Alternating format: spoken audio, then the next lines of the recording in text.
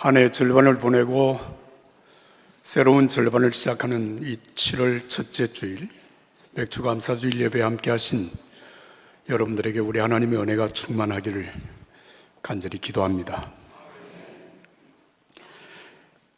캐나다 밴쿠버에서 펜스 교회를 섬기시는 켄 시게마츠 목사님이 작년에 낸 책이 있습니다.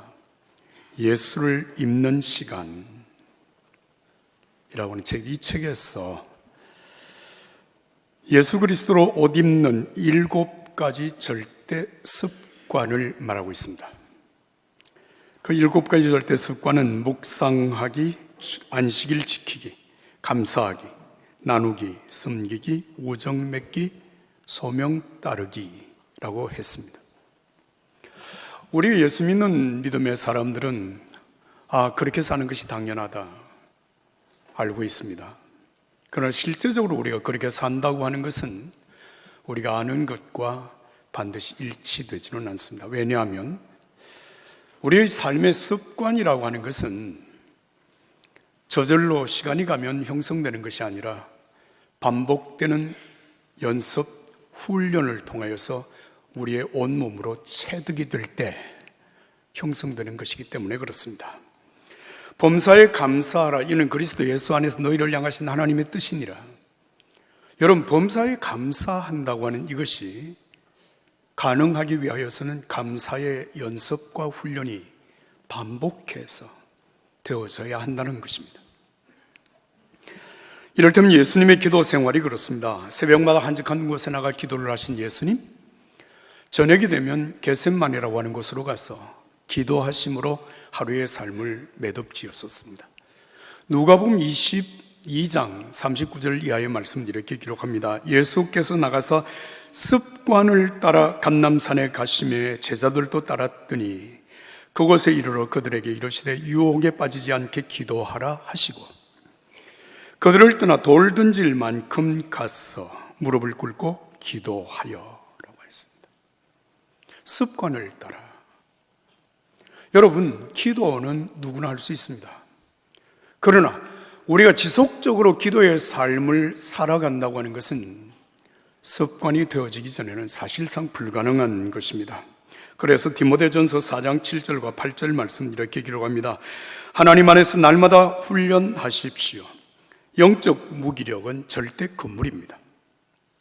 체육관에서 몸을 단련하는 것도 유익하지만 하나님 안에서 훈련받는 삶은 훨씬 유익합니다. 반복해서 훈련할 때 여러분 삶의 습관이 된다는 것입니다. 오늘 본문의 말씀은 하나님의 백성들에게 1년에 3번 꼭 지켜야 될 감사의 절기에 대하여서 말씀을 하고 있습니다. 여러분, 이 감사가 습관으로 된다라고 하는 사실을 아십니까?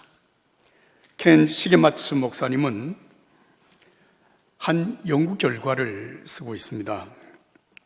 하버드 대학교의 심리학 교수 숀 아츠라고 하는 박사님이 정말 감사가 훈련을 통해서 습관이 되는가라고 하는 문제를 연구를 했습니다.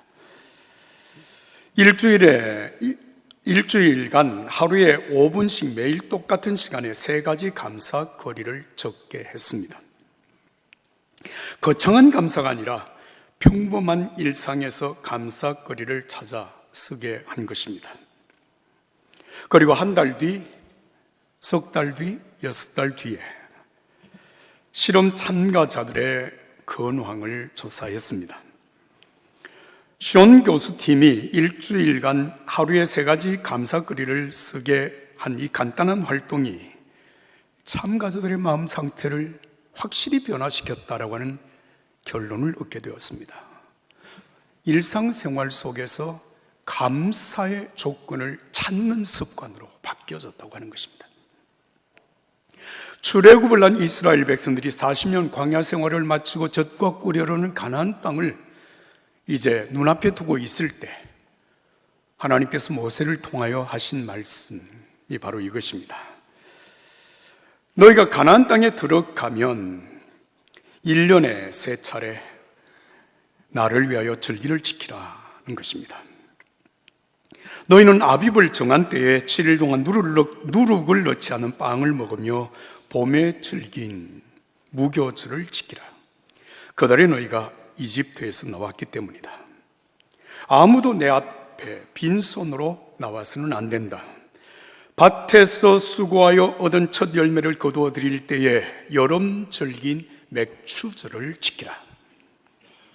1년 농사를 거두어 드리는 한 해의 끝에는 가을 절기인 수장절, 초막절을 지키라. 여러분, 봄에 수확을 거두어 드리는 때에 무교절, 여름에 추수를 하고 맥추절, 가을에 추수를 끝낸 후에 초막절을 지키라.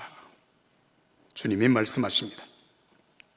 여러분, 우리가 수고한 일터에서 열매를 거두어 드린다고 하는 것은 분명한 하나님의 축복이지 않습니까? 그러나 이 축복이 자칫 우리의 마음을 자만하게 하거나 교만하게 하면 삶의 큰 위기가 될 수도 있습니다. 예수님께서 누가복음 12장에 한 어리석은 부자의 이야기를 하고 있습니다. 농사를 지었는데 수확이 엄청났습니다. 창고를 크게 늘여짓고 그 늘여진 창고마다 추수한 열매들로 가득가득 채웠습니다. 그리고 자기 스스로에게 이렇게 말을 합니다. 내 영혼아, 편안히 쉬고 먹고 마시고 즐겨라. 이만한 수확으로 앞으로 내가 평생 동안 먹고 마시고 사는데 지장이 없다고 생각하는 것입니다. 이때 예수님께서 이 사람을 가리켜서 하나님 없는 성공, 감사 없는 풍성한 수확은 인간을 어리석게 만든다라고 하는 사실을 말씀하신 것입니다. 그래서 하나님은 구원받은 하나님의 백성들에게 이 명령을 하십니다. 무교절을 지키라, 맥추절을 지키라, 그리고 초막절을 지키라. 중요한 수확의 순간마다 하나님 앞에 감사하는 그 삶이 생활화가 되고 습관이 되게 하라고 하시는 주님의 말씀입니다. 여러분들이 삶의 감사가 생활화되고 습관이 되기를 예수의 이름으로 축복합니다. 축복합니다. 캐나다에서 농장을 경영하는 평범한 한 크리스찬 앤 보스캠프라고 하는 여성이 있습니다. 이분이 2010년도에 1000가지 선물들이라고 하는 책을 썼습니다. 이 책에서 이분은 이렇게 얘기합니다. 우리의 평범한 일상에서 감사할 수 있는 눈이 열리면 우리의 삶 속에 함께 하시는 하나님을 경험할 수 있다는 것입니다. 예수님과 동행하는 거룩한 삶은 감사의 삶을 통해서 이루어진다고 했습니다. 그런데 사탄은 우리의 삶에서 감사를 빼앗아가고 마침내 하나님을 떠나게 만든다라고 말을 하면서 이렇게 쓰고 있습니다. 사탄, 그는 더 많은 것을 바랐다. 더 큰 힘, 더 큰 영광. 궁극적으로 사탄의 본질은 배은망덕이다. 그리고 그는 자신의 독을 에덴 동산 심장부에 흘려보냈다. 은혜를 모르는 사탄의 죄는 모든 인간의 원죄이다. 아담과 하와는 하나님께서 주신 것에 감사할 줄 몰랐다. 하나님과 하나님이 주신 것에 만족하지 않았기 때문에 타락한 것이다. 과거에도 그랬고 현재도 그렇고 미래에도 그럴 것이다. 우리는 더 많은 것을, 지금과는 다른 것을 갈망한다. 그래서 나무 아래에서 금지된 과일을 바라보며 사탄의 속삭임을 듣는다. 너희가 그것을 먹는 날에는 너희 눈이 밝아져 하나님처럼 되고. 사랑하는 여러분, 우리가 선악을 알게 하는 나무의 열매, 하나님이 먹지 말라고 하는 그 열매를 먹게 되면 하나님의 은총을 바라보는 눈은 완전히 닫혀버립니다. 그리고 여러분, 세상에 비참한 것을 보는 눈이 열립니다. 그래서 감사는 잃어버리고 불평과 원망으로 가득 찬 인생을 살게 되는 것입니다. 그것이 인생의 저주입니다. 그리스도인의 진정한 감사와 기쁨은 어디에서 오는 것일까요? 예수님께서 지상의 마지막 날 저녁 제자들과 함께 식탁에 앉으셨습니다. 그리고 이렇게 말씀을 하십니다.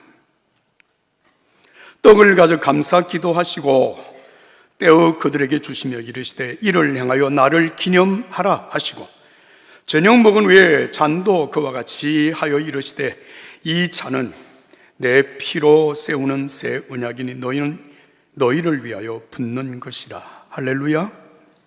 할렐루야. 여러분, 이 말씀이 예수님께서 성만찬을 제정하신 첫 번째 사건입니다. 예수님은 평소와 같이 평범한 떡과 포도주를 놓고 감사 기도를 하셨습니다. 그 감사 기도가 그 평범한 떡과 포도주를 성찬이 되게 하신 것입니다. 여러분, 우리는 여기서 한 가지 중요한 사실을 생각해야 됩니다. 여러분, 성찬, 오늘 우리가 떡과 그리고 잔을 함께 먹고 마셨습니다. 성찬이 무엇입니까? 성찬, 그러면 우리는 분명하게 이렇게 생각해요. 예수님이 주시는 떡과 포도주입니다. 이렇게 생각합니다. 그런데 여러분, 아닙니다. 성찬이라고 하는 영어 단어가 유카리스트라고 하는 단어입니다. 유카리스트. 이 말은 성경원의 유카리스테오라고 하는 단어에서부터 온 단어입니다. 유카리스테오라고 하는 말의 본래적인 의미는 무엇인가 하면 감사, 기도를 드리다 라고 하는 뜻입니다. 평범한 떡과 포도주를 놓고 예수님께서 감사 기도를 드리신 것, 그것이 성찬입니다. 이 유카리스테오라고 하는 이 말 속에 여러분 두 가지 중요한 사실이 있습니다. 그 모든 것을 하나님의 은혜로 받아들이며 하나님 앞에 감사하고 하나님 앞에 기쁨으로 받는다는 뜻입니다. 성찬은 평범한 것을 감사와 기쁨으로 받아들일 때 이루어지는 하나님의 은혜입니다. 축복입니다. 성만찬은 기독교의 핵심 상징입니다. 예수님은 지극히 보편적인 떡과 포도주로 당신의 생명을 우리에게 주신 것으로 말씀하신 것입니다. 고린도전서 11장 26절의 말씀입니다. 너희가 이 떡을 먹으며 이 잔을 마실 때마다 주의 죽으심을 그가 오실 때까지 전하는 것이니라. 한번 따라서 하겠습니다. 때마다 주의 잔을 마시고 주의 떡을 먹을 때마다. 여러분, 이 말은 지금 그리고 언제나 감사하고 여기서 그리고 어디에서나 기쁨으로 그 떡과 잔을 받는다고 하는 그런 의미입니다. 그렇습니다. 여러분, 평범한 것, 그것을 우리가 감사로 그리고 기쁨으로 받아들일 때 그것이 성찬입니다. 사랑하는 여러분, 오늘 우리는 떡과 포도즙을 함께 받았습니다만 이 말은 사실상 오늘 우리들에게 적용을 하면 밥을 먹고 국을 마실 때 그때마다 감사와 기쁨으로 한다면 그것이 성찬이 될 수 있다는 것입니다. 여러분, 우리가 이 성찬을 받은 믿음의 사람들이 과거의 우리의 삶의 모든 허물과 죄 용서하시는 하나님의 사랑을 받아들이고 나 같은 죄인을 하나님의 자녀로 예배하게 하시는 하나님의 은총을 깨닫게 되고 우리들에게 영원한 하나님의 나라가 예비되어졌다고 하는 소망 중에 살게 하시는 은혜가 있습니다. 이 은혜가 나는 여러분들의 삶 속에 함께하기를 예수님의 이름으로 축복합니다. 오늘 이 본문의 말씀은 이 맥주 감사주일에 하나님 앞에 감사와 기쁨으로 예배하는 자의 세 가지 원칙을 말씀을 하고 있습니다. 여러분, 본문 9절, 10절, 11절, 12절 네 구절의 말씀을 우리가 한 목소리로 읽습니다. 9절부터 12절입니다. 7주를 셀지니 곡식에 낯을 대는 첫날부터 7주를 세어 내 하나님 여호와 앞에 칠칠절을 지키라. 내 하나님 여호와께서 내게 복을 주신 대로 내 힘을 헤아려 자원하는 예물을 드리고 너와 내 자녀와 노비와 내 성중에 있는 레위인과 및 너희 중에 있는 객과 고아와 과부가 함께 내 하나님 여호와께서 자기의 이름을 두시려고 택하신 곳에서 내 하나님 여호와 앞에서 즐거워할지니라. 너는 애굽에서 종되었던 것을 기억하고 이 규례를 지켜 행할지니라. 할렐루야, 할렐루야. 자, 여러분, 하나님 앞에 감사의 절기를 지킬 때 세 가지 원칙이 있다는 것입니다. 첫째는 하나님이 주신 복을 헤아려 자원하는 마음으로 드리라는 것입니다. 억지로 하지 말고 하나님이 내게 주신 복이 무엇인지 헤아려 내 힘대로 자원함으로 드리라. 따라서 합시다. 자원하여 드리자. 첫 번째 원칙입니다. 두 번째 원칙은 즐거워하라고 하는 말씀입니다. 하나님 앞에 예배하는 모든 사람들과 함께 즐거워할지로다. 즐거워할지로다. 기쁨으로 예배하라는 것입니다. 세 번째 원칙. 과거에 애굽에서 종되었던 삶을 기억하고 우리를 구원하신 하나님의 은총에 대하여 감사함으로 드리라는 것입니다. 이것이 세 가지 원칙입니다. 성찬에 참여하신 여러분, 삶의 일상에서 항상 좋은 것을 볼 수 있고 내게 주신 하나님의 은혜를 여러분 기억할 수 있기를 바랍니다.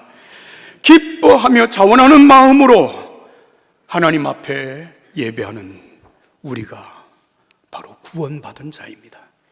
은혜가 있기를 예수님의 이름으로 축복합니다.